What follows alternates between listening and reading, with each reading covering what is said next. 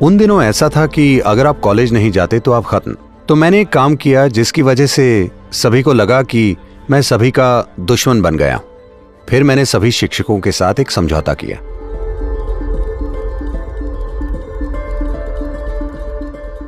देखिए, हर किसी को हर बात के लिए मनाया नहीं जा सकता, ठीक है? कुछ चीजें बस कर दी जाती। तो मैं आपको एक उदाहरण देता हूं। जब मैंने 12वीं कक्षा पास की, उन दिनों उसे पीयूसी कहते थे। उसके बाद मैंने फैसला लिया कि मैं खुद को शिक्षित करूंगा। मैं कॉलेज नहीं जाना चाहता था।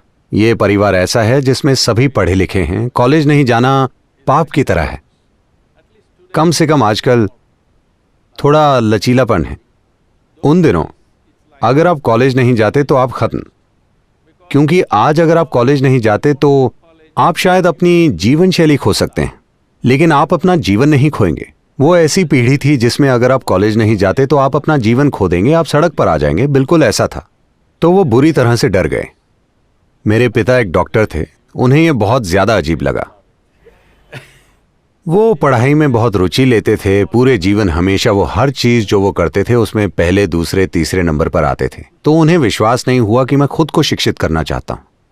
तो मैंने एक काम किया जिसकी वजह से अचानक सभी को लगा कि मैं सभी का दुश्मन बन गया, और वो मुझसे ठीक से बात भी नहीं कर रहे थे।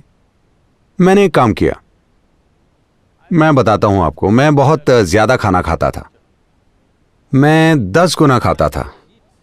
मैं आज के मुकाबले कम से कम 10 गुना ज्यादा खाता था, लेकिन मेरा वजन कभी नहीं बढ़ा, क्योंकि मैं इतना ज्यादा शारीरिक काम करता था। मैं नारियल के पेड़ों पर दौड़ते हुए चढ़ जाता था। मेरी बनावट वैसी थी। मैं हर दिन 50 से 60 किलोमीटर साइकिल चलाता था, कावेरी में तैरता था और वापस आ जाता था। तब उतना खाता था। फिर मैंने मैसूर यूनिवर्सिटी की लाइब्रेरी में जाने का फैसला किया। हर दिन वो 9 बजे खोलते थे, मैं जाता था। रात में 8 बजे वो बंद करते थे। तब तक मैं वहां बैठा रहता था, और वहां मैंने हर तरह की चीजें पढ़ी।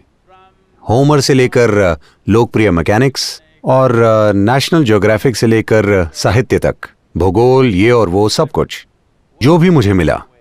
1 साल तक हर दिन मैंने इस तरह पढ़ा, बस हर तरह की चीजें। लेकिन मेरे लिए सबसे महत्वपूर्ण चीज ये थी कि हालांकि मैं इतना ज्यादा खाता था, इस पूरे साल में मैंने पूरे दिन कुछ नहीं खाया। सुबह नाश्ते में जितना हो सकता था खा लेता था, फिर वहां जाकर पूरा दिन बिना खाए बैठता था, जो मेरे लिए बहुत बड़ी उपलब्धि थी, क्योंकि बिना खाए मैं बैठ पाया।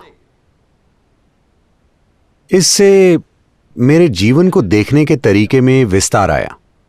लेकिन फिर परिवार का ड्रामा शुरू हो गया। मेरी मां रोने लगी, अगले शैक्षिक वर्ष में कॉलेज जाओ, कॉलेज जाओ, कॉलेज जाओ।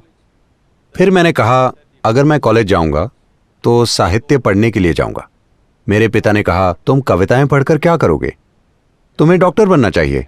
उन्होंने मेरे लिए मिलिट्री मेडिकल कॉलेज में सीट भी देख रखी थी। मैंने मना कर दिया। फिर वो बोले, ठीक है, कम से कम इंजीनियरिंग तो कर लो। फिर मैंने कहा, देखिए,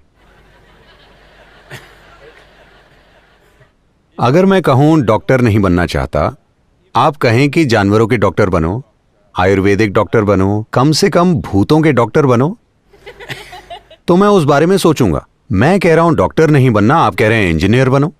मैं नहीं सुनने वाला। आपकी समस्या समाज है, आपकी समस्या मैं नहीं हूं। तो मैं बस साहित्य पढ़ने गया। और इन 3 सालों के दौरान शुरुआती दिनों में सभी शिक्षकों के पास पहले से तैयार नोट्स होते थे। उन्हें वो पढ़ते थे और सभी लिखते थे। उन दिनों फाउंटेन पेन होते थे जिनकी कर कर की आवाज आती थी, जिनसे मैं परेशान हो जाता था। मैंने कहा, मैं ये कर कर नहीं सुनना चाहता। मैंने उन्हें एक सुझाव दिया, अगर आप हमें वो नोट्स दे दें जो आपके पास हैं, तो हम उन्हें फोटोकॉपी करवाकर आपको वापस दे देंगे। हमें आने की जरूरत नहीं है, आपको भी आने की जरूरत नहीं है। फिर अगर मैं वहां होता था तो मैं 100 सवाल पूछता था, जो उन्हें पसंद नहीं था। फिर मैंने सभी शिक्षकों के साथ समझौता किया कि वो मेरी हाजिरी लगा दें, मुझे बस उसी चीज की परवाह थी।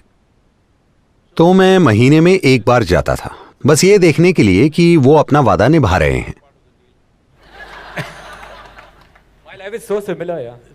तो मैंने मैसूर शहर की भूगोल की ऐसी खोज की, गांव की हर पगडंडी, हर पर्वत, हर पक्षी का घोंसला, जो भी वहां था, हर चीज पर मैंने ध्यान दिया, बस बिना किसी लक्ष्य के घूमते हुए।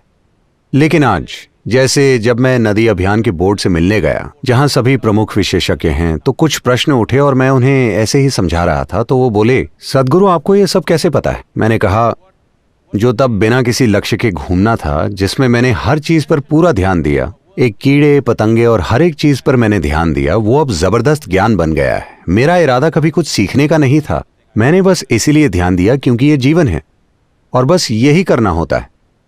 हम यहां जीने आए हैं और कोई भी उद्देश्य नहीं है। जो लोग स्वर्ग जाना चाहते हैं वो आज ही जा सकते हैं, वो इसे टाल क्यों रहें? अगर वो इतनी शानदार जगह है तो मुझे टालने की वजह समझ नहीं आती है कि नहीं? ये युवाओं के लिए बहुत जरूरी है। अगर कोई भी कहता है कि इस पृथ्वी से बेहतर कोई जगह है तो ये एक गुनाह है। इसी वजह से हमने यहां पर कई चीजों का विनाश कर दिया है।